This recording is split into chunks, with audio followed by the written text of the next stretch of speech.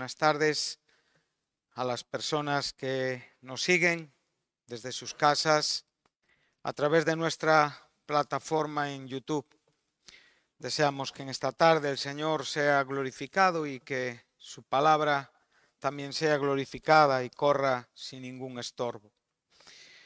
Llevamos algún tiempo haciendo un estudio de, podríamos llamarle doctrina de la mortificación de la carne.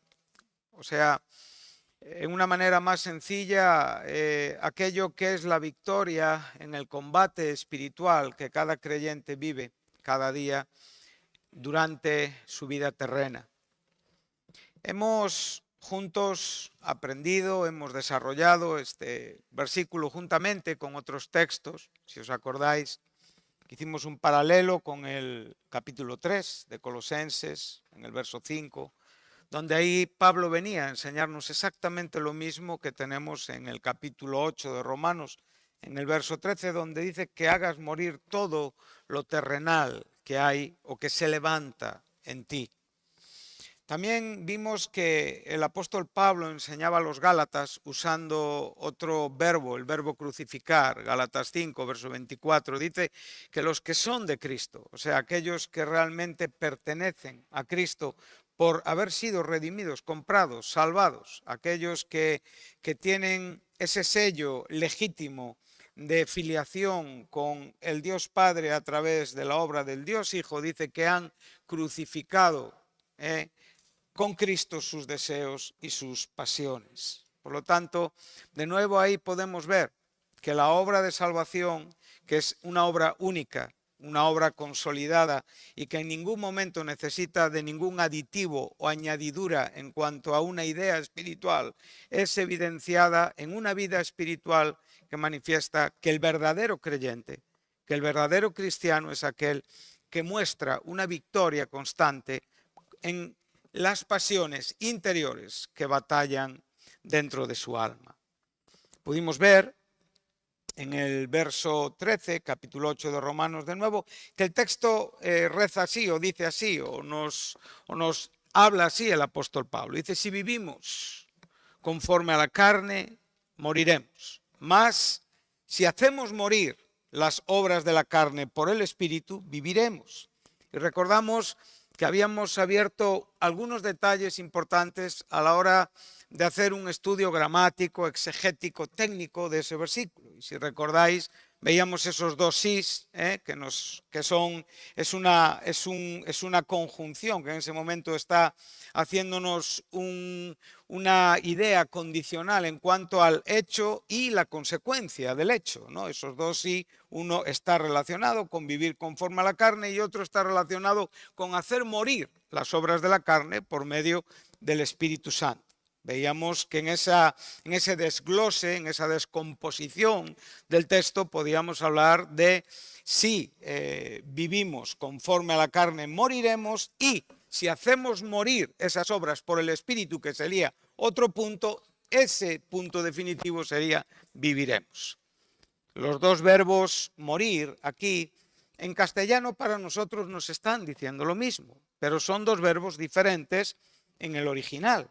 El primero, aquel que nos enseña que si vivimos conforme a la carne moriremos, nos está hablando de que nuestra vida está expuesta a un peligro inminente. O sea, es una situación que nos está llevando hacia hacia una posible caída, hacia un posible pecado, hacia un posible disgusto, hacia un peligro. O sea, es estar en peligro de muerte.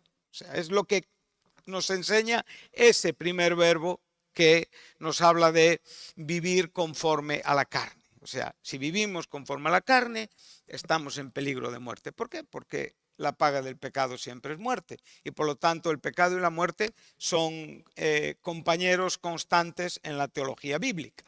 Pero después se nos dice que si hacemos morir, y ahí ya el verbo morir o el verbo matar ya nos está hablando de un verbo que se emplea para cuando se llevaba a cabo el sacrificio de un animal.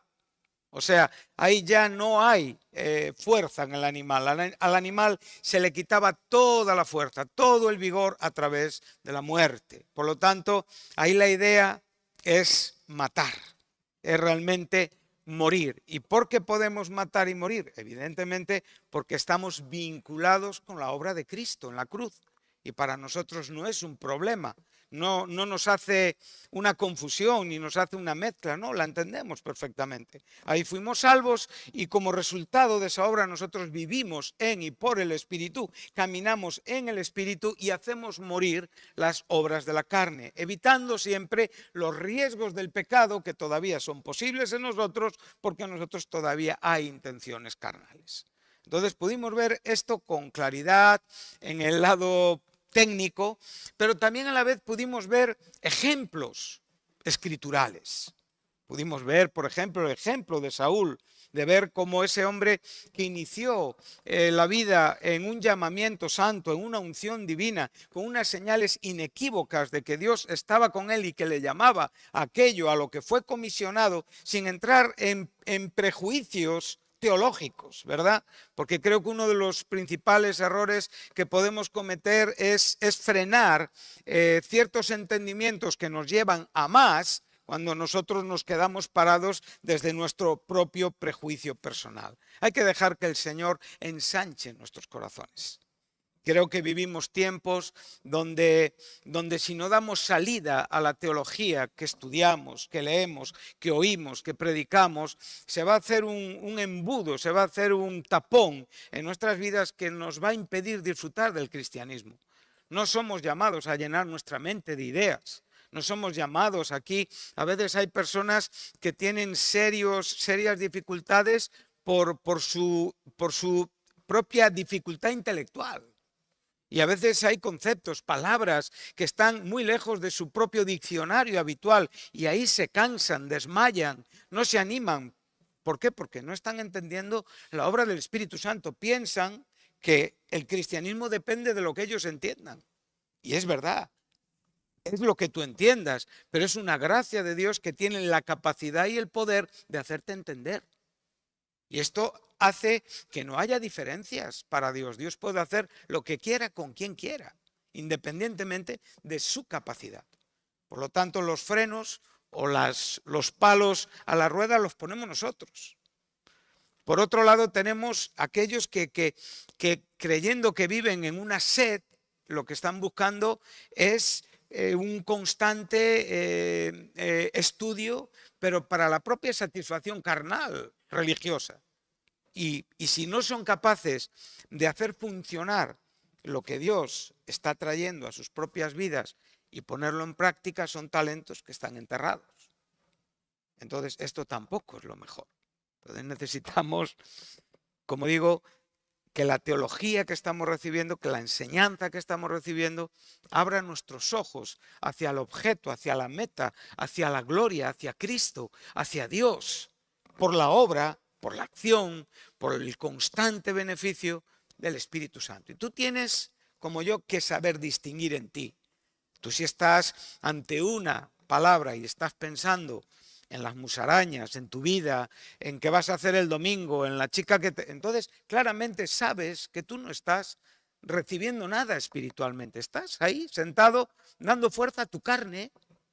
Entonces no sabes más, pero porque tú no quieres saber más.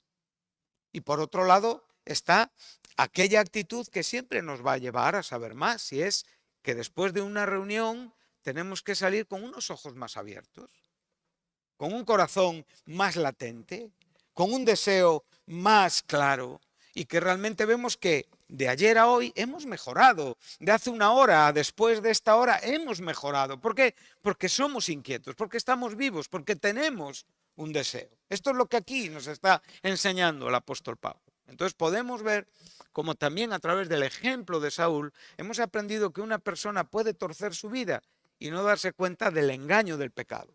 Y como digo, estar en ese riesgo e innecesariamente perder una oportunidad de hacer las cosas bien sencillamente por un mal cálculo, un engaño, una falta de interpretación de tu propia carne o desconsiderar una realidad de un enemigo de tu alma. Todas estas cosas tienen que estar en nuestros corazones. Entonces, la última reunión relativa a esta la tuvimos en la primera carta del apóstol Pablo a los Corintios. Volvemos ahí, donde terminamos en nuestro último sermón relacionado con este tema que estamos tratando y desarrollando.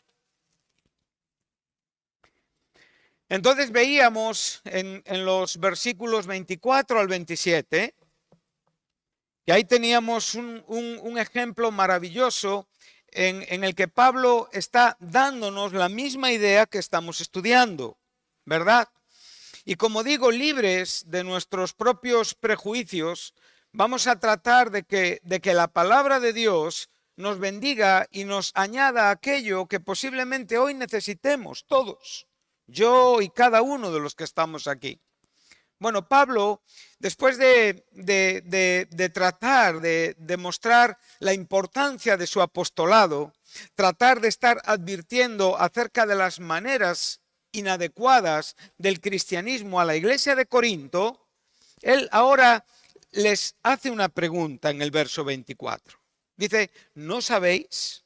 Capítulo 9, versículo 24, ¿no sabéis que los que corren en el estadio todos a la verdad corren, pero uno solo lleva el premio? Bueno, aquí como dijimos no tenemos dificultad, es una metáfora con una ilustración deportiva, nos está hablando de una carrera, está hablando a una cultura que entendía perfectamente lo que eran los Juegos Olímpicos. No vamos a desarrollar más esto porque no es necesario. Pero lo que podemos ver es que ahora en la siguiente frase, esa sí que nos importa. Sabemos que los que corren, uno recibe el premio. Él quiere que tengan en su mente la idea de aquel que es coronado, la idea de aquel que es que alcanza ese honor ante la multitud de los que están contemplando una carrera, ante los jueces, ante su pueblo, etcétera, etcétera, etcétera. Pero ahora él dice que debemos de correr de tal manera que obtengamos el premio. Entonces, los creyentes estamos en una carrera que todos estamos aspirando al mismo premio, al premio de Cristo, al premio de la vida eterna, al premio de la corona eterna, al premio de la gloria eterna, al premio de la satisfacción de Cristo en nuestro encuentro con Él. Hay muchas connotaciones que tienen que ver con este premio. Pero Pablo te está diciendo, mira cómo tú corres. O sea, está claramente dando una idea espiritual y no tanto una norma para una carrera deportiva. Para Pablo no era importante la carrera deportiva. Él no era ningún deportista que iba a competir en las Olimpiadas. Él estaba tratando de dar a la iglesia, a los creyentes, una idea en la manera de vivir. Y aquí es donde cada uno tiene que ser exigente con él mismo. Y entender que el cristianismo tiene límites, que es verdad que hay una gracia que es ilimitada, que hay una gracia que es poderosa, que es profunda, que es más ancha de lo que podemos comprender, más vasta, pero que la gracia tiene en la vida, en la aplicación de la vida y en el desarrollo de la vida límites. Y esos límites son los que tienen que ver con nuestro camino angosto, evidentemente, con todo lo que se estrecha en nuestra vida, que es la vida espiritual versus la vida carnal, o en contraste con la vida carnal. Entonces aquí es donde todos no corremos igual. Y aquí es donde cada uno de nosotros debemos de ver cuál es nuestra actitud a la hora de correr. Piensa que es el propio Pablo quien nos enseña en el verso 16 del capítulo 5 de Gálatas, cuando dice que la vida del Espíritu es contraria a la vida de la carne. O sea, la idea, el propósito es contrario a la vida de la carne. ¿Con qué propósito? Él lo responde muy claramente, para que no hagas lo que quieres. Esa es la razón. O sea, para ir en contra de tu voluntad e ir a favor de la voluntad de Dios en tu vida. Esta es la manera de correr esta carrera. Entonces el Espíritu se va a oponer a toda idea que nazca de ti carnalmente, vestida en apariencia, con una idea hasta con cierto valor o cierta connotación o cierto parecido espiritual, pero el espíritu y la idea carnal no son compatibles. La carne nunca agrada a Dios ni busca agradar a Dios. Solo el Espíritu Santo, obrando en nuestra vida, hace que nuestra vida, el conjunto de nuestra vida aquí en esta tierra, sea agradable a Dios. Entonces ahora vamos a ver de qué manera corremos. ¿Sí? Ahora dice, todo aquel que lucha, de todo se abstiene.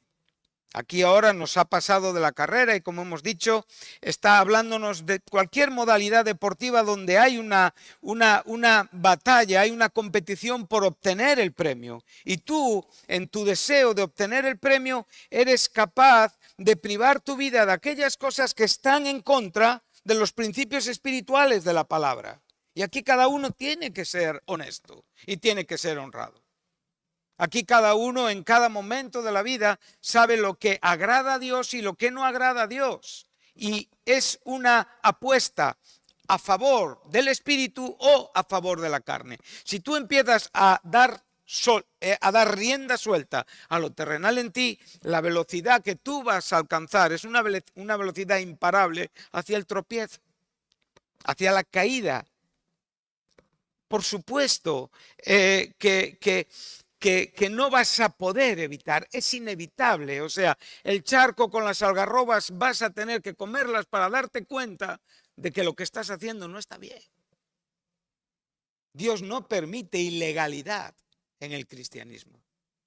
Dios solo permite las normas bíblicas en su vida. Dios no es un Dios consentidor de tus maneras. El Dios de la Biblia es un Dios que únicamente contempla la vida que Él te ha dado y el desarrollo de la vida que Él te ha dado y el propósito de la vida que Él te ha dado. No hay nada más importante para Él. Y yo tengo que descubrir esto para encontrar mi propia razón y gozo de vida. Y aquí, como digo, entonces no podemos ensanchar el camino ni estrecharlo dependiendo de quién es la persona, si le quiero, si no le quiero, con abro la botella, abro un embudo más ancho, con los otros lo estrecho. No, aquí no se trata de personas, se trata de Dios. Y Dios tiene la misma regla para todos. La misma norma para todos, para el creyente recién nacido, para el creyente anciano. Es la misma norma siempre, la palabra de Dios. Entonces, en este sentido, nosotros tenemos que ver qué son aquellas cosas de las que tenemos que abstenernos, hábitos, costumbres. La crítica a veces es algo usual, el mal pensamiento es algo usual, o sencillamente el necesitar ciertas experiencias de carácter carnal para poder encontrar paz en tu vida. Bueno, todo esto tiene que hablarte de que en tu vida está habiendo un desaprovechamiento y en una realidad que es un vivir de acuerdo a la propia carne, que es contraria a la legalidad exigida por Dios en tu carrera. Entonces ahora Él dice, ellos, los de la metáfora, a la verdad, reciben una corona corruptible, pero nosotros recibimos una corona incorruptible. ¿Recordáis aquí el término corona estéfanos? Ten siempre esto presente. La corona que el creyente tiene es la corona de galardón, nunca la corona del rey. La Biblia es muy clara cuando habla de la corona de un rey. Usa otro término muy diferente que es diadema. El rey tiene una corona diferente a la nuestra. Nuestra corona es de vencedor. Es de aquel que llegó a la meta. Es aquel que recibe el galardón. Esta es la corona que aquí se nos está enseñando. En estos días que he podido estar en Grecia, pasé por el primer estadio de las Olimpiadas y entre las cosas que vendían como souvenirs a los turistas estaban estas coronas. Y las pude ver de todos los estilos porque no eran más que ramitas de diferentes árboles. Entonces, esta es nuestra corona. La corona galardonadora del vencedor. Esto a mí me motiva. Esto a mí me anima. Y de esto vamos a hablar un poquito. Nosotros una corona incorruptible. Este es uno de los calificativos que tenemos para la corona que Pablo, que Pedro, que Juan en Apocalipsis, que Santiago nos hablan acerca de esta corona, hablándonos todos del mismo concepto. Dice, así que yo de esta manera corro, ya hemos visto cómo hay que correr, de una manera que obtengamos el premio, absteniéndonos de todas aquellas cosas que molestan, y de esta manera también peleo. O sea, corro con una meta, corro con un objetivo, no como a la aventura, y de esta manera peleo. Recordamos, yo aquí esta palabra la he tenido que escribir porque no la conseguiría recordar, es tiamaquía, o sea, era una batalla simulada, era un combate simulado. O sea, era alguien que estaba peleando contra nadie. Y un cristiano no está simulando un combate. Yo recuerdo darme unos minutos cuando estuve en el ejército, entre las preparaciones que nos hacían como militares, estaba la experiencia de ser prisioneros de combate. Claro, era todo muy fuerte y muy duro y muy escandaloso, pero no era verdad. Yo no era prisionero de nadie. Los que me tenían prisionero eran mis propios mandos, era gente de mi propia compañía, entonces mi vida no corría ningún riesgo, más allá del efecto psicológico que estaba haciendo sobre mi vida esa experiencia, ¿no? Te ataban, te ponían una capucha, pies, manos, te ponían en algunos casos un saco por encima, te tiraban contra una esquina y ahí te dejaban 24 horas. Pero no estabas en riesgo, era todo simulado. Entonces, en esta misma manera, aquí se nos está enseñando. Nosotros golpeamos y sabemos contra quién peleamos y a quién dirigimos nuestros golpes. No son golpes carnales, porque te recuerdo que Satanás usa tu carne para dañarte. Sus golpes muchas veces te los causas tú a ti mismo. Él te engaña para que tú uses tu carne y esos son sus golpes. Pero nosotros tenemos golpes espirituales, o sea, le derrotamos espiritualmente por la obra de Cristo y en el nombre de Cristo. Entonces, nos aseguramos que tenemos un enemigo que claramente identificamos. Ahora, el propio apóstol dice, yo golpeo mi cuerpo y lo pongo en servidumbre. Como dice, no sea que yo, habiendo sido heraldo, aquí la palabra heraldo es predicador, o sea, alguien que ha enseñado a otros, yo mismo venga a quedar, y vuelvo a repetir, eliminamos el término condenación, no está aquí en la idea de Pablo el ir al infierno, es sencillamente en cualquier circunstancia de la vida quedar reprobado, lo cual a veces los cristianos experimentamos y es una pena, ¿verdad? Cuando quedamos en esa condición donde, habiendo predicado a otros, nosotros mismos quedamos descalificados en aquellas verdades que hemos predicado. Y esto da fuerza, como digo, a nuestra carrera. Entonces, en esta tarde vamos a hablar un poco acerca de la corona. Creo que para todos nosotros, para poder tener un entendimiento mayor de la necesidad de comprender la batalla interior, la batalla de los miembros que combaten aquí dentro de nuestra alma, es tener un objetivo.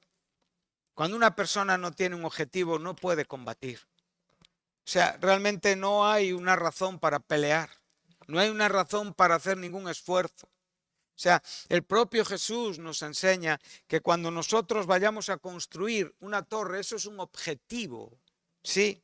Calculemos. ¿Qué es calcular? Es tener una consciencia constante de que hay una obra que empieza y hay que acabar.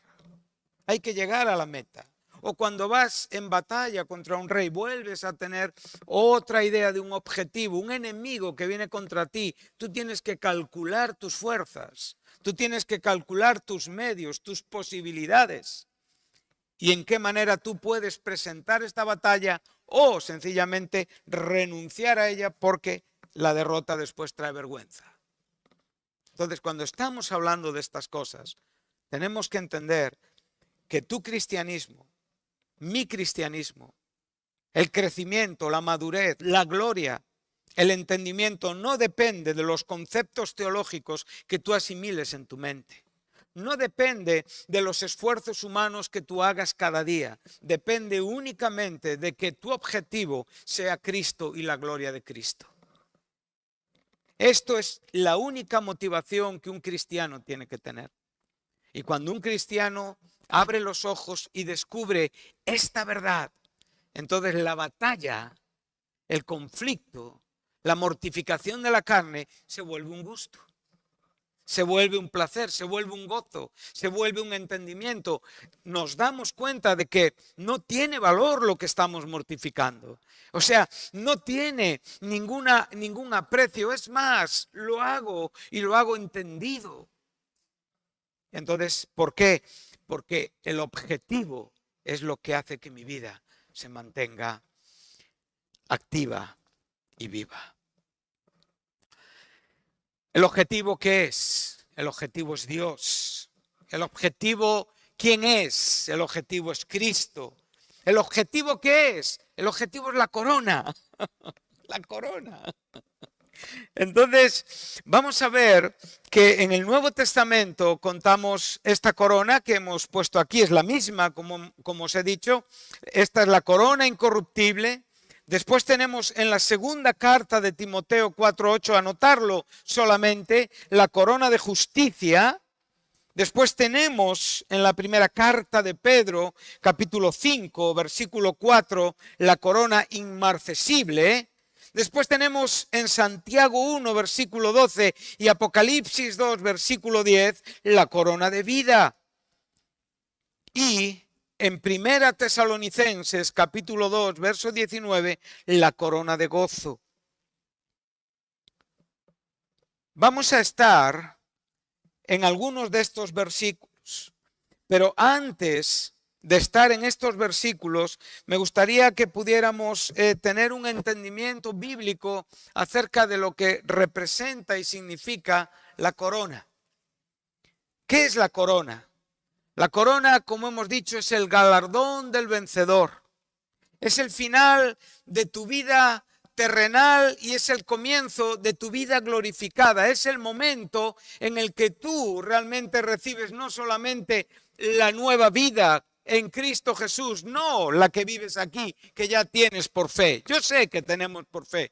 Yo sé que hemos resucitado con Cristo. Yo sé que ya estamos sentados en lugares celestiales. Yo sé que tenemos que tener una vida escondida con Cristo en Dios, pero también sé que Cristo es esa esperanza de gloria que espero que cuando Él sea manifestado, yo seré manifestado con Él en gloria. De esto estoy hablando, de este momento. Y este momento es el momento en el que yo inicio mi vida eterna en un cuerpo eterno, en un cuerpo glorificado y con una corona que el Señor me va a dar para poder invertirla, para poder entregarla, para poder rendirla, para poder postrarla durante toda mi existencia eterna a aquel que ha sido mi Salvador, aquel que ha sido mi Rey, aquel que ha sido mi Señor. Como he dicho, es muy probable que la eternidad de cada individuo en Cristo Jesús, y cuando estamos hablando de eternidad en Cristo Jesús, ya estamos hablando de asuntos muy gloriosos, tremendamente gloriosos, y que no pueden ser medidos por mentes humanas. Pero es verdad que en la doctrina que nosotros estamos enseñando, los creyentes están aquí ante una realidad que es el tribunal de Cristo. Y el tribunal de Cristo será el momento donde a ti se te entregará tu corona. Ese será el momento donde llegaremos ante nuestro Señor, previa glorificación, previo arrebatamiento, transformación, si estamos vivos, y ese será el primer momento de nuestra existencia eterna después de la experiencia o de la resurrección o del arrebatamiento. Ahora, queridos hermanos, yo sé que me meto en campos en los que cristianamente hallo contradicción, ¿sí? Y sé que hay muy buenos creyentes, muy buenos cristianos que no piensan ni predican lo que yo estoy predicando en estos momentos. pero predico ajustado al credo de nuestra iglesia.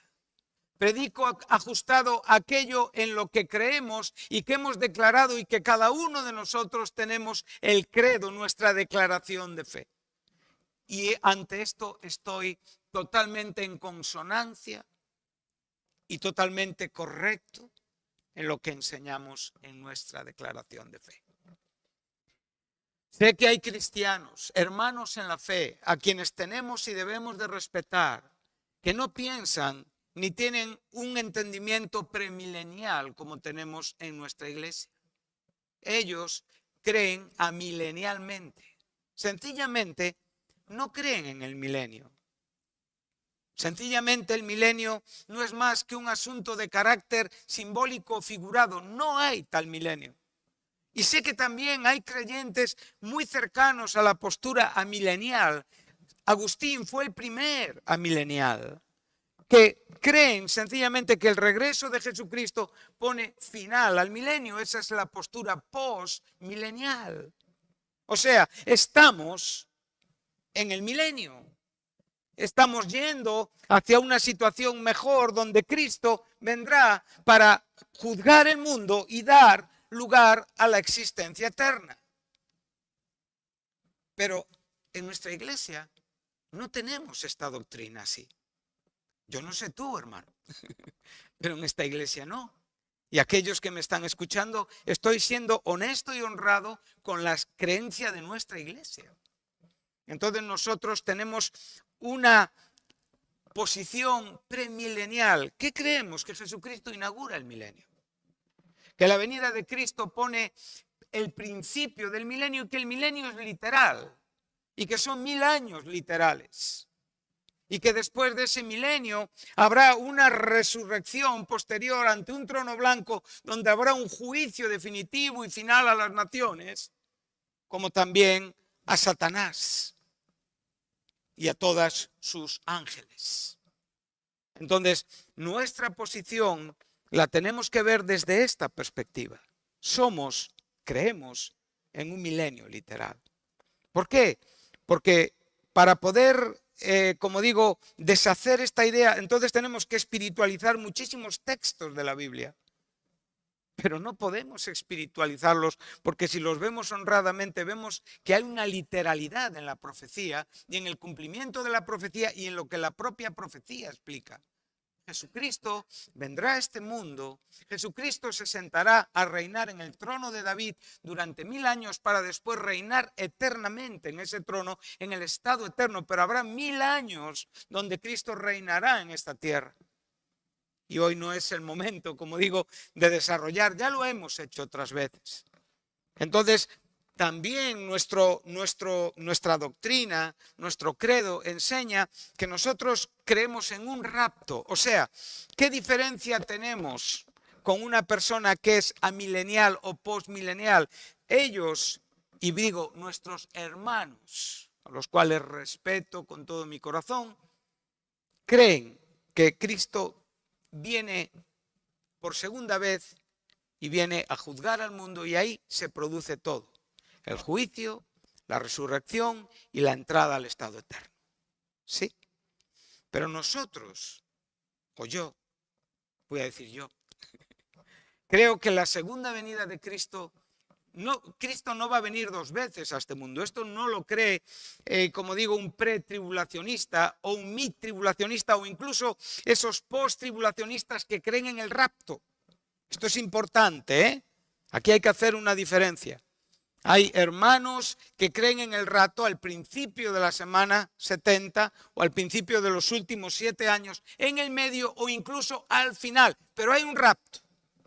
Entonces lo que estamos viendo desde mi exposición lo estoy haciendo en una manera, si se puede entender, pretribulacional. Es como yo creo, aunque sé que en esta idea tenemos que dar cabida a estas otras posturas.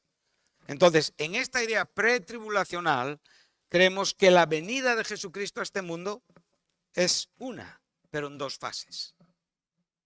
Una para arrebatar a la iglesia y otra para venir con la iglesia a juzgar este mundo y a salvar a Israel y dar la inauguración del milenio. Amén. Bueno, esto es un poco de escatología, ¿no? Entonces, para el pensamiento que estoy exponiendo, el tribunal de Cristo tiene cabida. Para un amilenial solo hay un juicio, y es el juicio en la segunda venida. Para un premilenial hay 5 juicios escatológicos. Anota esto, porque esto es muy importante. 5 juicios escatológicos.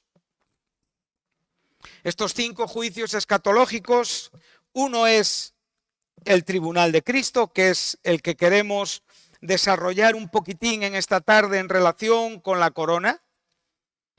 El otro es el juicio a las naciones en su segunda venida, donde va a juzgar a Israel y a los gentiles. Israel va a ser juzgada durante la tribulación, va a ser el tiempo de la angustia de Jacob, e Israel será salva en el final. Esto nos lo enseña Mateo 25, versículos 31 al 46. Anótalo para que lo tengas. El siguiente juicio, el tercer juicio, aunque aquí hemos mencionado 2, para que te salgan las cuentas al final, Israel y los gentiles. Este siguiente juicio son los ángeles, ¿sí? Este juicio nos lo habla la segunda carta de Pedro, capítulo 2, versículo 4, la carta de Judas, verso 6, y el capítulo 20 de Apocalipsis, versículos 7 al 10. Permitirme unos minutos aquí.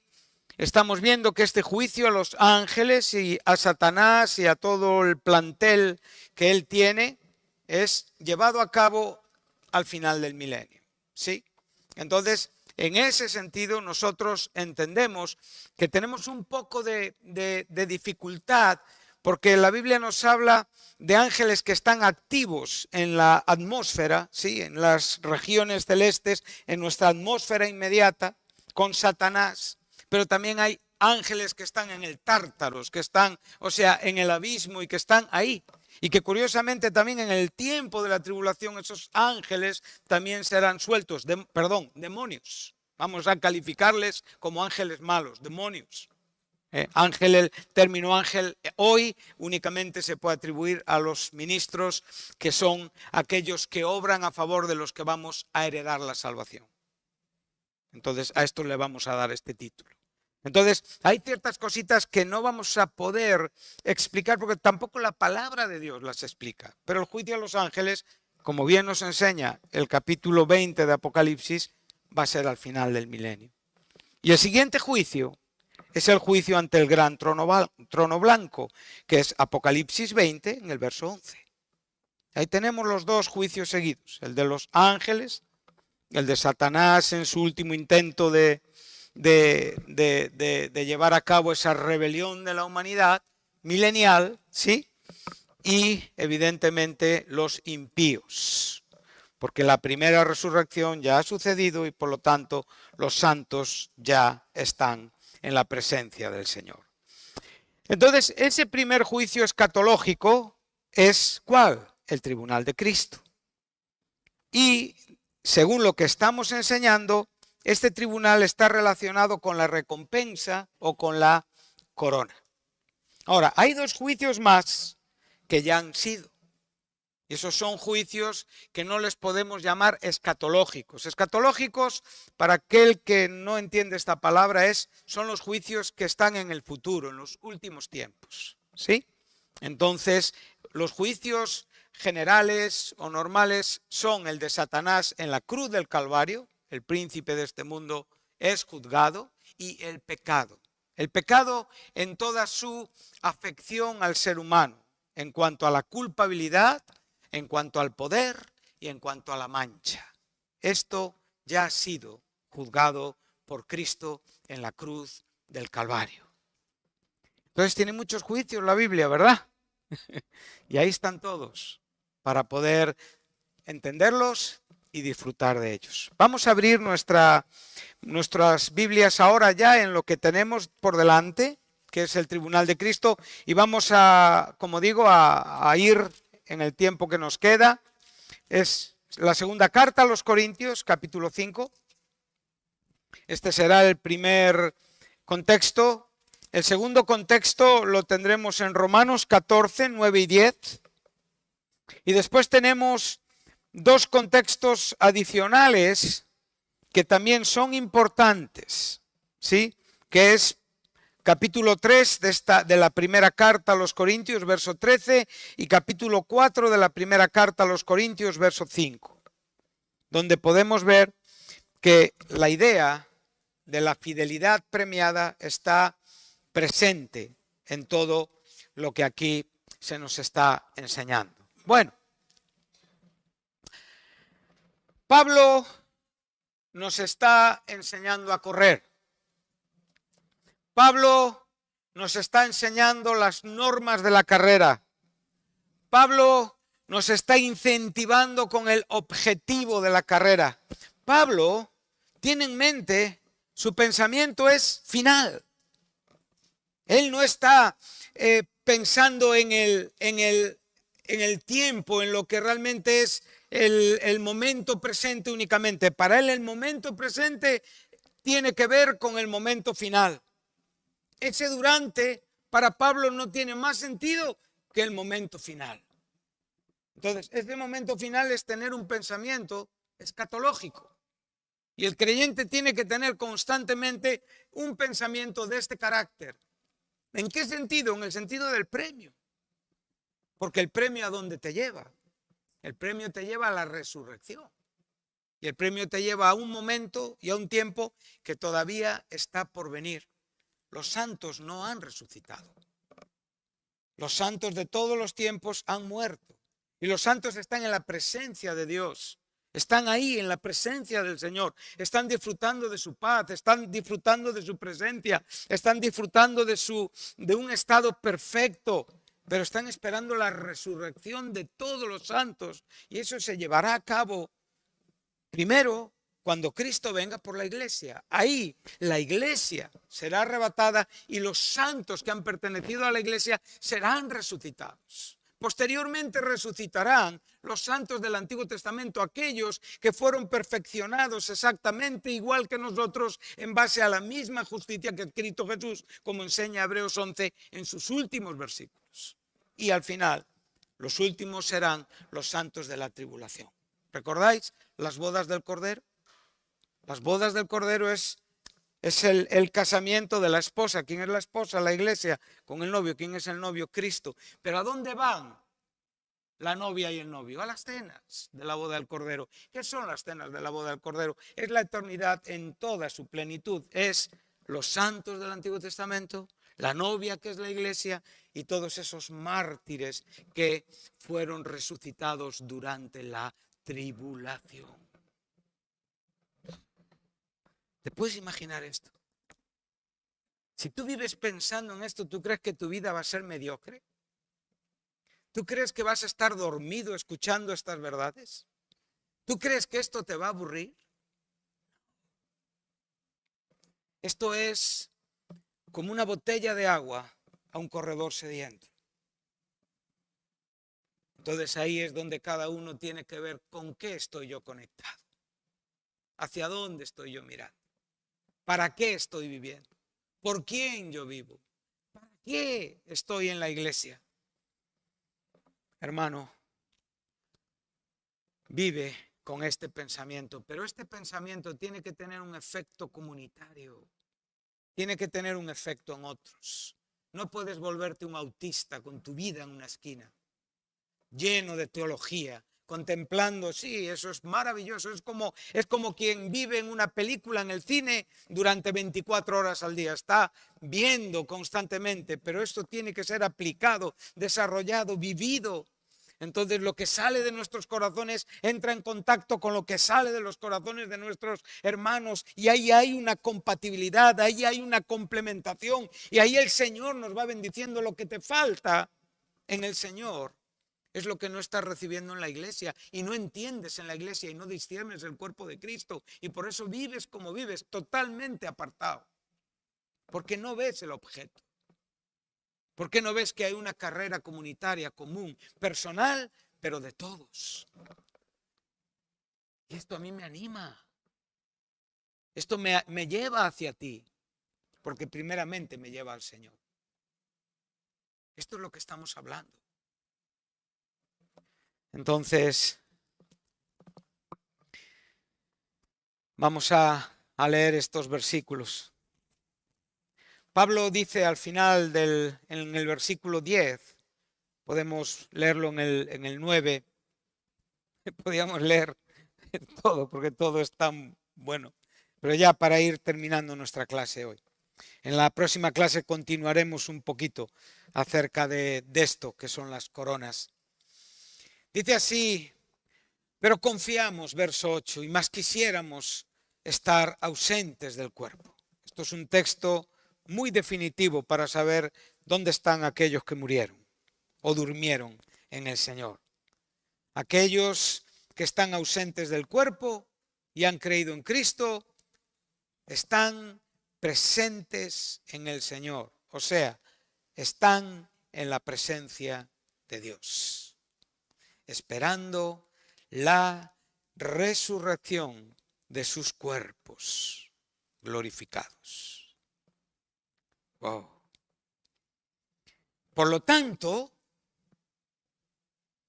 como consecuencia de esta verdad objetiva, entonces procuramos también, o sea, no solamente tenemos el concepto teológico de la glorificación, no solamente estamos pensando en vivir en la presencia de Dios, sino que aquí en esta tierra le somos ¿qué? Agradables. Este es el asunto de la mortificación de la carne. Qué bueno, ¿verdad?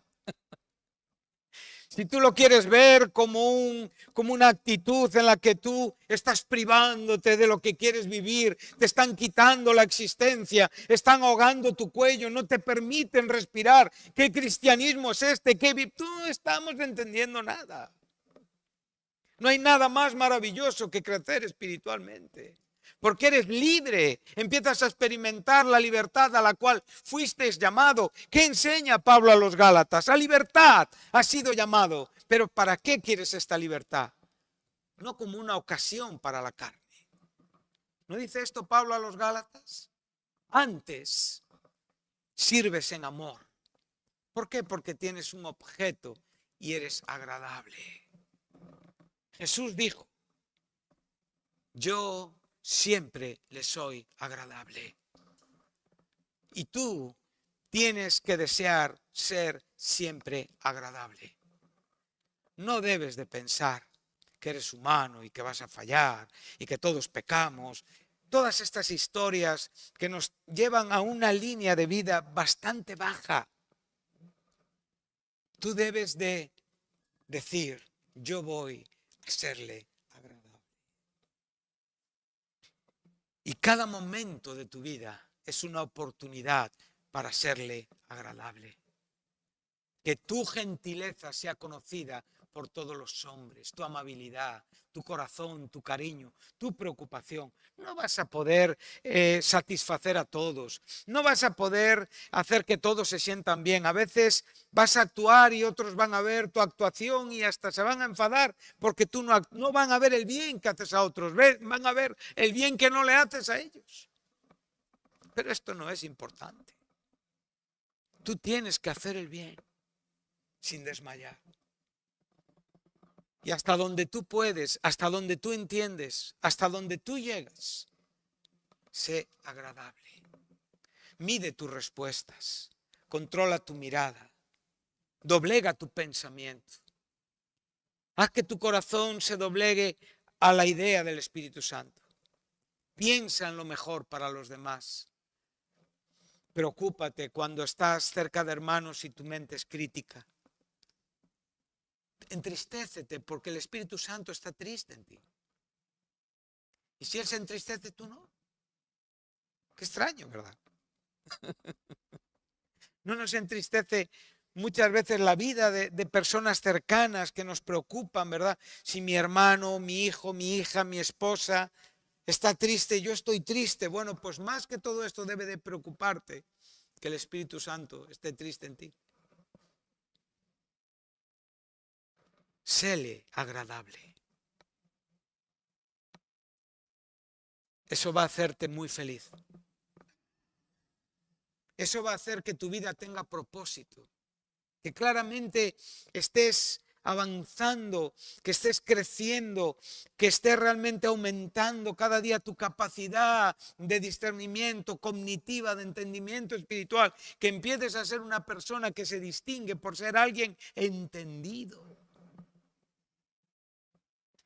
Qué bueno, ¿verdad? Yo quiero que me digan esto. Yo no quiero escuchar tonterías. Yo quiero que me hablen de esto. Hermano, estamos enfocados hacia la gloria. Vamos a hacer todo por serle agradables. Amén. ¿Sí? ¿Dices amén? ¿Dices amén?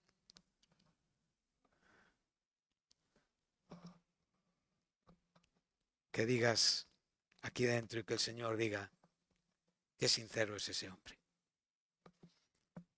Amén lo dice cualquiera. Pero amén no lo dice cualquiera. Y si estás entre los que no son cualquiera, entonces eres alguien agradable al Señor. Verso 10. Y con esto terminamos.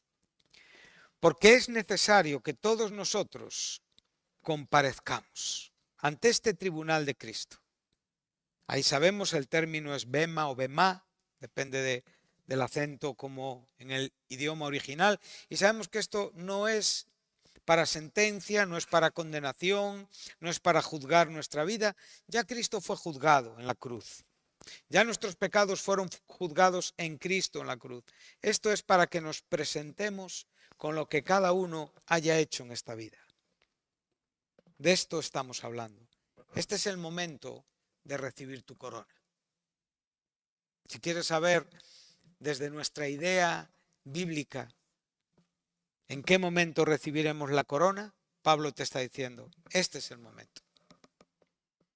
El día en el que tú, y recuerda una cosa, que no vamos a ir como una multitud, vamos a ser resucitados y glorificados en una multitud como iglesia. Pero después, ¿cómo va a ser? El orden, el protocolo, la manera en la que esa reunión o esa episinagoga que vamos a tener ahí, el Señor la va a hacer, no lo sé.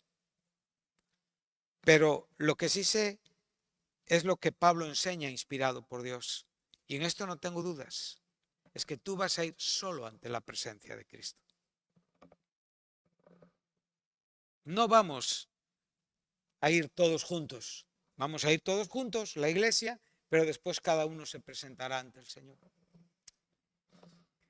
Entonces ahí no vamos a poder escondernos. No, porque todos hemos sido salvos. El galardón de la salvación se ha manifestado en la propia glorificación. Pero ahora tenemos la corona de la recompensa. Y esto no tiene que ver con la salvación. El que está ahí es salvo. Ya es salvo. Él ya tiene el cielo garantizado si está ahí. Esto tiene que ver con recompensa, con galardón. Y hay diferentes recompensas. Entonces, yo sé que esto produce tos, ¿verdad? Yo sé que esto produce inquietud, batalla mental. Pero si lo entendemos sin prejuicio, es un ánimo. Es un incentivo.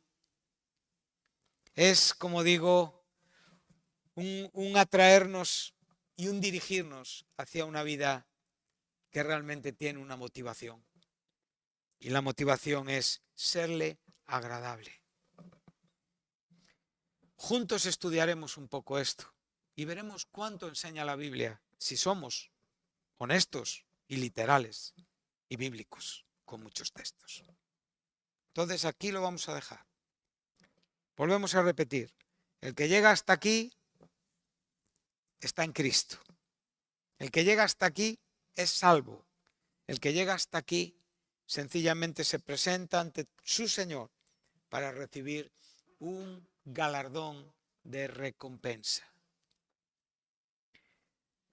Bueno,